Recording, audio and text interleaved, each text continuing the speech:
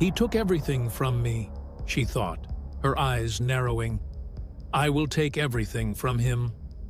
As the night wore on, the village grew louder, the celebrations wilder. Some warriors danced around the fire, their faces flushed from drink. Others shouted toasts to Torak, who sat at the heart of it all, basking in the praise of his people. Nora watched him, her hand tightening around the dagger. When the moment felt right, when the noise of the village had reached its peak, she stood up, her heart racing in her chest. She moved quietly, blending into the shadows, her eyes never leaving Tarak. She approached him, unnoticed in the chaos of the celebration. The dagger felt cold and heavy in her hand as she raised it, her heart filled with rage. In one swift motion, she threw the dagger, aiming straight for his heart. But the dagger missed its mark, grazing his arm instead of striking his neck. Tarak jumped to his feet, eyes wide with shock and disbelief. "Nora!" he shouted, staring at her, still trying to comprehend what had just happened. She wasn't as skilled with the dagger as she'd hoped. The village fell silent.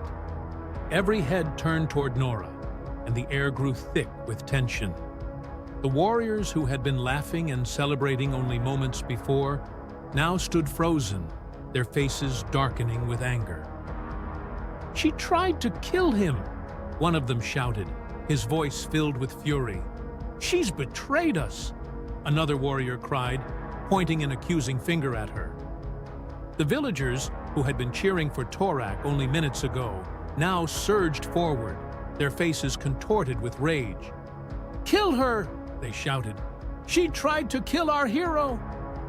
The joyous atmosphere was gone, replaced by a whirlwind of anger and violence. Warriors grabbed their weapons, their eyes fixed on Nora. She stood frozen, her breath coming in short, panicked gasps. She hadn't expected to fail. She hadn't expected to be caught.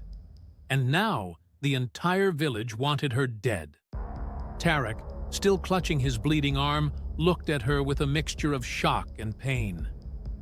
"Why, Nora?" he asked, his voice trembling. "Why would you do this?" But she didn't answer. The crowd was closing in on her, their shouts growing louder. "Kill her! She deserves to die!" one of the warriors yelled, raising his sword.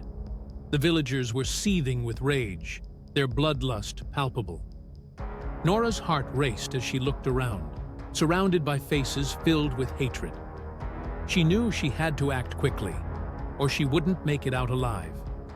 The suspense hung heavy in the air as the villagers pressed closer, their weapons drawn. Nora's fate seemed sealed, the weight of her actions crushing down on her. The silence that followed was deafening. No one moved. The warriors, who had just moments ago been shouting for Nora's death, stood frozen, their swords hanging loosely in their hands. Their eyes were fixed on her, but something inside them was hesitating.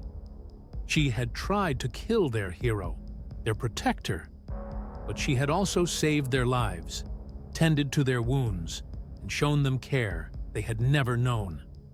One warrior, gripping his sword tightly, looked down at Nora, his face twisted with inner conflict.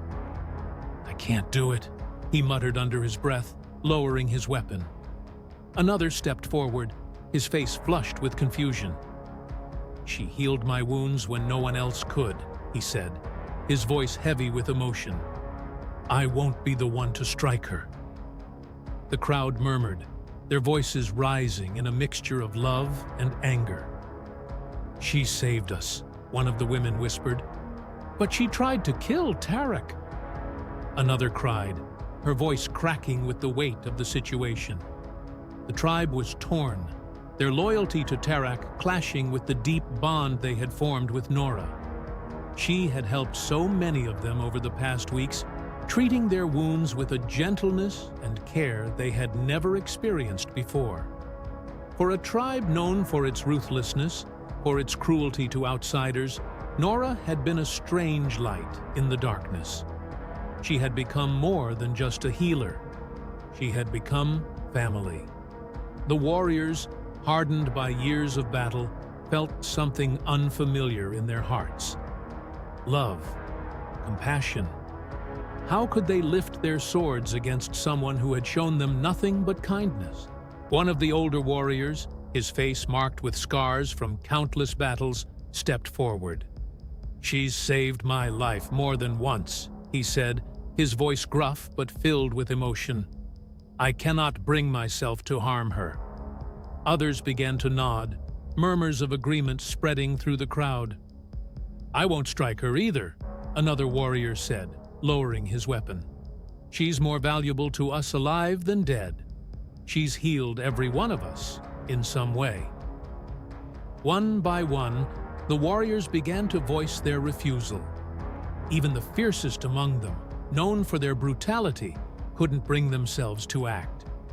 Tarak, still holding his wounded arm, stood in stunned silence, watching the scene unfold. He couldn't believe it. His tribe, the Durumbar, feared and respected for their unyielding strength, were showing mercy. His heart swelled with a strange joy as he realized that no one wanted to harm Nora. The tribe loved her too much, valued her too deeply. He glanced down at his still bleeding arm, the pain a dull throb in the back of his mind. Even after what she had done, he couldn't find it in himself to condemn her. He could see it in her eyes, the conflict, the regret. She had acted out of pain, out of grief, not malice. He looked up at his people, who now stood silently, their weapons lowered, their hearts heavy with indecision. Nora, too, had realized what was happening. Her body, tense and trembling, began to relax as she noticed that no one was making a move toward her. The fierce shouts for her death had quieted, replaced by soft murmurs of confusion and love. For the first time since the attack, she breathed deeply, her mind racing as she tried to make sense of the situation. No one was going to kill her. She had expected rage, hatred, a quick death. But instead, there was hesitation, compassion. She had been ready to accept her fate, but now she realized she had a chance. She could escape. Slowly, carefully, she began to step backward, her eyes scanning the crowd. No one moved to stop her. The tribe, once so eager to see her punished, now stood silent, their emotions a swirling mix of love and loss. Nora's heart raced in her chest as she turned and ran, darting into the forest with all the strength she had left. The warriors watched her disappear into the trees, their hearts heavy with a strange sense of loss. "Let her go," one of them said softly. "It's better this way." Another nodded, his eyes filled with sadness. She was more than a healer. She was like a sister,